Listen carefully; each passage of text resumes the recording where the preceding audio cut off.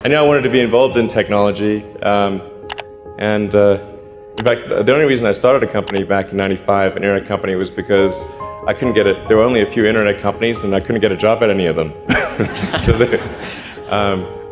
I tried to get a job at Netscape, and sent my resume in and tried hanging out in the lobby, but I was too shy to talk to anyone.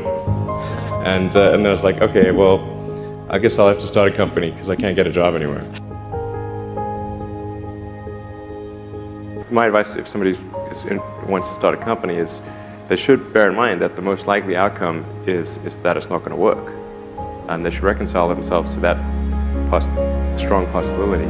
And they should only do it if they feel that they are really compelled to do it.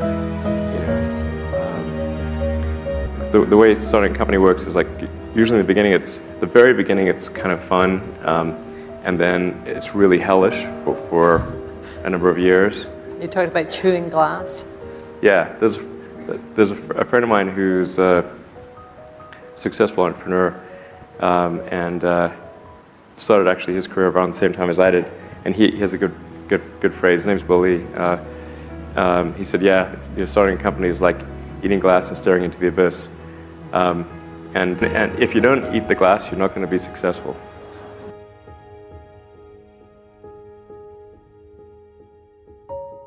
People do not think critically enough. I mean, critical thinking is a skill in short supply, where people take too many things they assume too many things to be true without sufficient basis in that belief. It's very important that people closely analyze what is supposed to be true and try to build up. Try to say, let's analyze things from first principles, not by analogy or not by convention. If you assume things are true by convention, which is actually what most people do, then it's difficult to gain insight into how things can be bettered. In any argument or any sort of train of thinking, you want to make sure that the underlying premises are valid and applicable, and then in reaching a conclusion, that the conclusion you're reaching is necessarily driven by the underlying premises and the interconnection between those premises. That may seem like a really simple thing to say, but most people don't do that. So it's really the foundation of rational thought.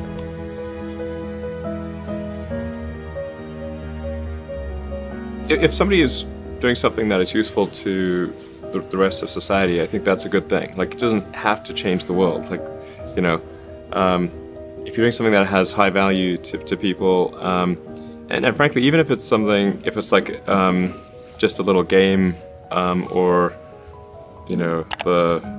some improvement in photo sharing or something, if it has a small amount of good for a large number of people, I think that's fine. Like, stuff doesn't need to be changed the world just to be good.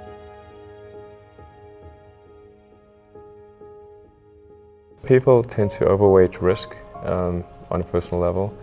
It's one thing if you've got, a mortgage to pay and kids to support, and that if you were to deviate from your job, how are you going to feed your family and pay the rent? And okay, that's understandable.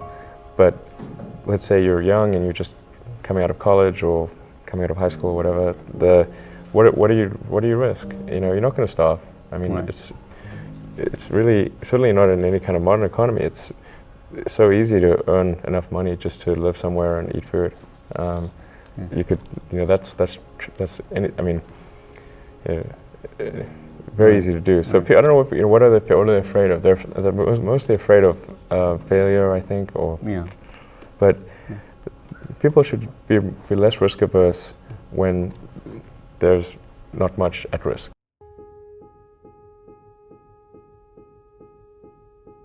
You've got to make sure that whatever you're doing is a great product or service. It has to be really great. And I go back to what I was saying earlier, where if you're a new company, unless it's like some new industry or new market if it's an untapped market, then you have more ability to, the standard is lower for your product or service. But if you're entering anything where there's an existing marketplace against large entrenched competitors, then your product or service needs to be much better than theirs. It can't be a little bit better, because then you put yourself in the shoes of the consumer and they say, why would you buy it as a consumer? You're always going to buy the trusted brand unless there's a big difference. So a lot of times, entrepreneur will come up with something which is only slightly better. And it can't just be slightly better. It's got to be a lot better.